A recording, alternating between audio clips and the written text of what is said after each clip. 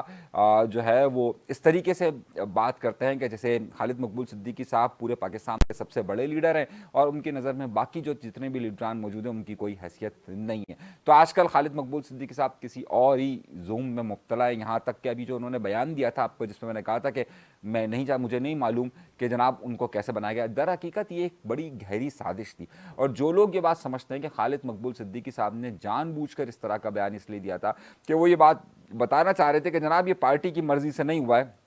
بلکہ اس کا فیصلہ کہیں اور ہوا ہے, اور وہ بند لفظوں میں یہ بتانا چاہ رہے تھے کہ جناب مقتدرہ قوتوں کا مصطفیٰ کمال صاحب سے رابطہ ہوا ہوگا, انہوں نے اس کو بنا دیا ہوگا. بیسیکلی اس طرح کا کچھ آئیڈیا وہ دینا چاہ رہے تھے, اسی لیے وہ یہ کہہ رہے تھے کہ جناب ہمیں تو پتہ ہی نہیں تھا. اسی طریقے سے تو ان کو تو کامران ٹیسوری صاحب کا بھی نہیں پتا تھا کہ جب وہ ان کی پارٹی کے اندر آ گئے اور بعد میں گورنر بن گئے. خیر, نقطہ یہ نہیں ہے, میں جس نقطے پر بات چاہ رہا ہوں, تو اس وقت ڈاکٹر خالد مقبول صدیقی صاحب کا رویہ آفاق احمد صاحب کے ساتھ بہتر نہیں ہے. یہ ایک میں بڑی تفریق آپ کو بتا رہا ہوں, جبکہ فاروق ستار صاحب ان کے ساتھ رابطے کی ہر ممکن کوشش کر رہے ہیں. اب وہ جو سوال جس پر تھا کہ الطاف حسین صاحب سے کیوں رابطہ نہیں ہوا, میں اس خبر کے بارے میں تھا کہ جب سب سے بات ہو رہی ہے تو ان سے کیوں نہیں ہوا, تو میں نے عامر ضیاء صاحب کا وہ انٹرویو دیکھا. عامر ضیاء صاحب کا جو انٹرویو ہوا وہ بڑا ہی عام طور پہ آفاق احمد صاحب کو اس طرح کے موڈ میں دیکھا نہیں گیا, لیکن بڑا ہی سخت لہجے میں انہوں نے بہت ساری باتوں کا جواب دیا. کہ جب ان سے یہ بات کہی گئی کہ جناب اب تو یہاں پر ڈیموگرافیکلی مہاجر سیاست ختم ہو گئی ہے, تو انہوں نے کہا جی آپ اپنا تجزیہ پیش کر رہے ہیں. انہوں نے بڑا مطلب جو لتھڑنے والا انداز ہوتا ہے نا, انہوں نے کہا کہ جی ایسا نہیں ہے. اور جو لوگ یہ بات کرتے ہیں کہ کراچی میں مہاجر اب اقلیت کا شکار ہے, وہ جا کر مردم شماری کی رپورٹ دیکھ لے. جن کے مستقل پتے نہیں ہیں وہ اس مردم شماری میں جن کے مستقل پتے یہاں کے نہیں ہیں وہ نہیں ہیں, اور جن لوگوں کی آپ بات کرتے ہیں کہ جو یہاں سے کمانے کے لیے آئے ہیں وہ ووٹ دینے کا حق نہیں رکھتے. یہاں پر ایک بہت اہم بات ہوئی, انہوں نے کہا کہ جناب یہ آپ ان لوگوں سے بات آپ کو متحدہ کی آفر کی گئی تھی, تو یہاں پر ایک ٹرن آیا ہے اور بہت ہی اہم ٹرن آیا. انہوں نے یہ کہا کہ جناب اگر مجھے بات ہی کرنی ہوگی تو میں ان لوگوں سے کیوں بات کروں گا, میں جا کر باس سے بات کروں گا. یعنی کہ ان کا جملہ یہ تھا کہ اگر الطاف حسین صاحب کی پارٹی چھوڑے ہوئے لوگوں سے اگر مجھے متحدہ سے ہی رابطہ کرنا ہے تو میں ان کے باس سے رابطہ کروں گا. اب یہ باس کا لفظ بڑا معنی رکھتا ہے. یہاں پر کچھ لوگوں کا اشارہ یہ تھا کہ انہوں نے شاید الطاف حسین صاحب کا ذکر کرتے ہوئے کہا کہ اگر مجھے بات ہی کرنی ہوگی تو میں ان سب سے کیوں کروں گا, کیونکہ میں پھر بات کروں گا الطاف حسین صاحب سے. اب اس کا ذائچہ کیوں بن رہا ہے, اس کا ذائچہ اس لیے بن رہا ہے کہ وہاں پر عامر ضیاء صاحب نے ان سے سوال پوچھا کہ یہ تو اب الطاف حسین صاحب کا چیپٹر کلوز ہو گیا. یہاں پر آفاق احمد صاحب پھر ایک بار غصے میں آئے اور انہوں نے کہا کہ آپ سے کس نے کہا ہے کہ یہ سارے چیپٹر مہاجر سیاست کے اور الطاف حسین صاحب کے چیپٹر بند ہو گئے. آپ آج لوگوں کو آزادانہ سیاست کرنے کا موقع دے دیجئے اور پھر آپ دیکھ لیجئے کہ جناب یہاں ہوتا کیا ہے. اور فارم 47 کی بنیاد پر اگر آپ یہ کہتے ہیں کہ جناب یہ لوگ اگر نامزد ہوئیں یا یہ لوگ الیکشن جیت کر آئیں تو یہ صرف آپ کا تجزیہ ہے. یہ بڑے سخت لفظوں میں انہوں نے کہا کہ اگر آپ کو یہ دیکھنا ہے کہ مہاجر سیاست آج بھی زندہ ہے تو آزادانہ طور پر سب کو سیاست کرنے کا موقع دے دیجئے اور پھر دیکھ لیجئے کہ کیا ہوتا ہے. اب یہ واضح اشارہ ظاہر ہے ان کا الطاف حسین صاحب کی طرف, ان کا اپنی طرف یا دیگر طرف تھا. انہوں نے یہاں پر بڑے ہی سخت الفاظ میں کہا کہ جناب اگر سیاسی جو آپ یہ بات کر رہے ہیں کہ ان کے چیپٹر کلوز ہو گئے اور ان کا سیاست کا خاتمہ ہو گیا, ایسا نہیں. اچھا, اب ان انٹرویوز کے بعد جو ہے وہ اب یہ بات بہت زیادہ واضح ہو رہی ہے کہ آفاق احمد صاحب ایک بار پھر ایگریسو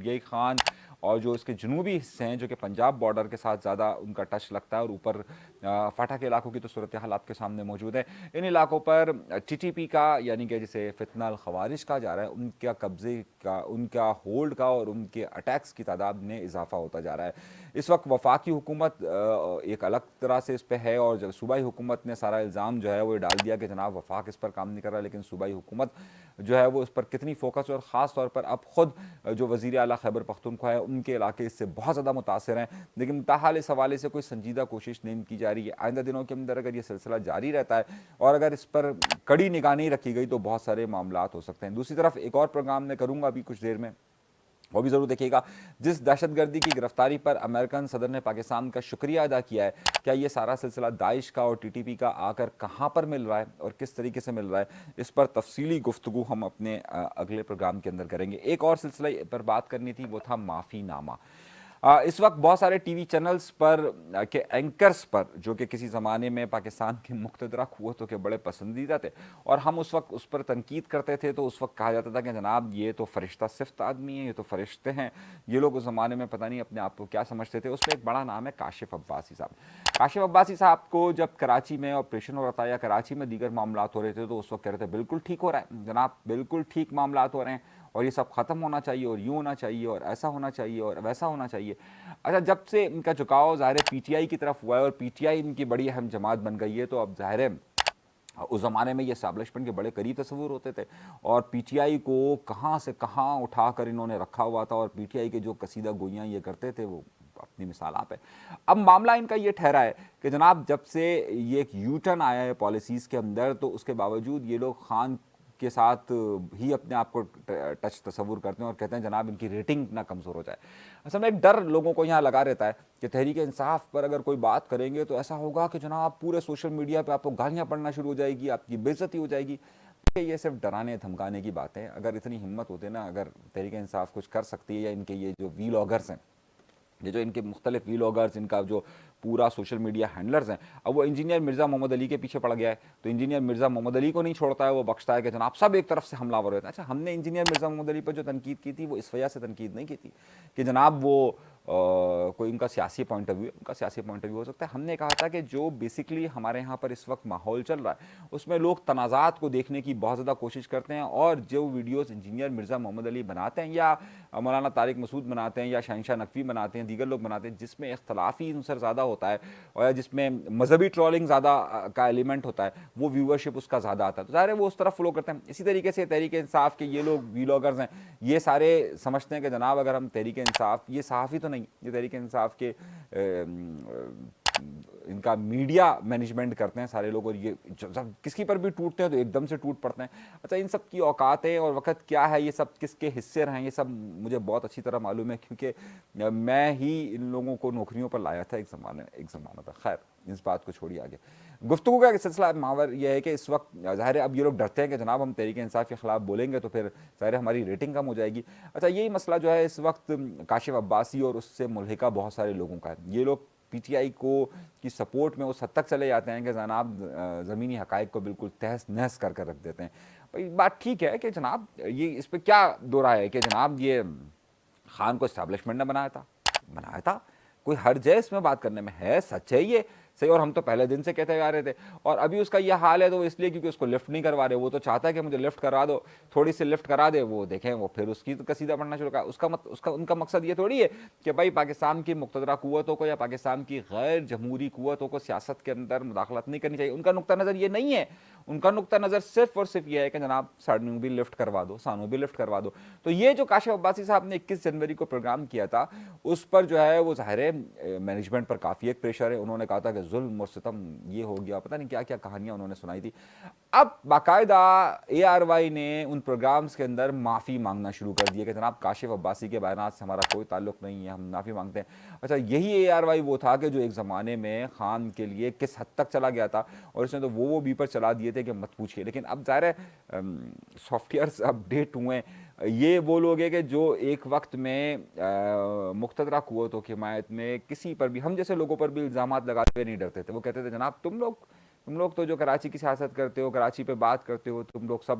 یہ ہو اور وہ، باقاعدہ ہمیں کہا جاتا تھا اور ہمیں پتہ نہیں کیا کیا ان چینلوں سے بات کہی جاتی تھی. اب ظاہر ہے یہ کس کے لیے کرتے تھے، کیوں کرتے تھے؟ اب ظاہر ہے یہ دوسری طرف آنے کی کوشش کر رہے ہیں کیونکہ ان کو کارپوریٹ سیکٹر ہے، ان کو دھندا کرنا ہے بھائی، ان کو کاروبار کرنا ہے. ان کے اس وقت سرکاری اشتہارات پنجاب اور وفاق سے کتنے آتے ہیں یہ ذرا دیکھ لیجئے. تو یہ ظاہر ہے اب اس طریقے سے تو نہیں لے سکتا، کوئی بھی کارپوریٹ سیکٹر نہیں کر سکتا. جس کو بھی یہاں پہ کارپوریٹ سیکٹر ہے، جس کو ایک منافع بخش آرگنائزیشن ہے، وہ کہاں تک جا سکے گا؟ جہاں تک کاشف عباسی کا تعلق ہے، میں یہ سمجھتا ہوں کہ جناب یہ لوگ جتنے بھی لوگ ہیں یہ صحافت کا دامن کو ہاتھ سے چھوڑ کر یہ کسی اور طرف چل گئے ہیں. بھائی ہمارا ایک اپنا نقطہ نظر ہے کہ جناب غیر جمہوری قوتوں کو سیاست میں داخل نہیں، بالکل ٹھیک ہے، ہم اس پر ہیں، لیکن ہم یہ نہیں ہے کہ ہم کسی کے ماؤتھ پیس بن گئے ہیں کہ جناب ہم بس اسی کی بات کریں گے، ہم اسی کی بات کریں گے، اسی کی بات کریں گے اور بس یہی ٹھیک ہے. اس پر جو بات ہو رہی ہے وہ ظلم ہے، باقی سب جگہ پر جو اس نے کیا ہے وہ ظلم نہیں ہے. ایسا نہیں ہو سکتا. ظلم اگر ادھر ہے تو پھر ظلم کو ادھر بھی ظلم کہنا پڑے گا، دونوں طرف ظلم کو کہنا پڑے گا. تو یہ ایک بڑا معاملہ چل رہا ہے. تو اس پہ خبریں چل رہی ہے کہ جناب بہت سارے ٹی وی چینلز کے اینکروں کو نکال دیا گیا. ایسی بات نہیں ہے. میری طلعت حسین صاحب کے حوالے سے بات ہو رہی تھی، میں نے بہت زیادہ باخبر ذرائع سے طلعت حسین صاحب کے متعلق معلومات حاصل کرنے کی کوشش کی ہے. طلعت حسین صاحب کو آف ایئر نہیں کیا گیا، ان کی کچھ فیملی مصروفیات ہیں جس کے بعد وہ واپس آ جائیں گے اور وہ اسی ٹی وی چینلز پر کام کریں گے. ایک جو حبیب اکرم صاحب ہیں وہ پی ٹی آئی سپورٹ تھے، ان کو ہٹایا گیا ہے. یہ جو اس طرح کی سارے ایک زمانے میں تحریک انصاف یہ ساری کھانٹ چھانٹ کرتی تھی، جیسے مجھ پر عذاب آیا تھا کہ ہم تحریک انصاف کے خلاف تھے اور وہ اس وقت ویسے ہمیں ہٹا دیا گیا تھا ٹی وی چینل سے. تو اسی طریقے سے اب یہ سلسلہ چلتا ہی رہتا ہے، ہر دور میں ہوا ہے یار. مطلب کوئی نئی بات تو نہیں ہے نا کہ آپ کبھی بھی حکمرانوں کو، ہم تو وہ ہیں کہ جنہیں کسی بھی حکمران نے پسند نہیں کیا، ہر حکمران نے ہم پر پابندی لگائی ہے. تو ٹھیک ہے یہ تو، لیکن یہ وہ لوگ ہیں کہ جو ایک حکمران کے بڑے چہیتے ہوتے ہیں، دوسرے حکمران کے بالکل خلاف چل رہے ہوتے ہیں اور پھر جب ان کی اپنے مفادات ساتھ آنا شروع ہو جاتے ہیں تو پھر آگے بڑھ جاتے ہیں.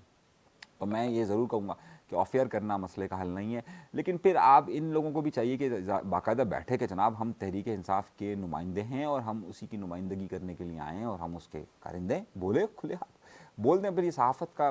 ڈھونگ پڑا کرنا بند کر دیجیے. ابھی تک کے لیے اتنی خبریں ہیں سندھ سے اور پاکستان سے. اجازت دیجیے گا. اللہ تبارک و تعالیٰ آپ سب کو خوش و خرم رکھے، آباد رکھے، سلامت رکھے، قائم رکھے. انیس منصوری کو فی الحال دیجیے گا اجازت. اگر چینل سبسکرائب نہیں کیا تو سبسکرائب ضرور کیجیے گا. اللہ نے کے بعد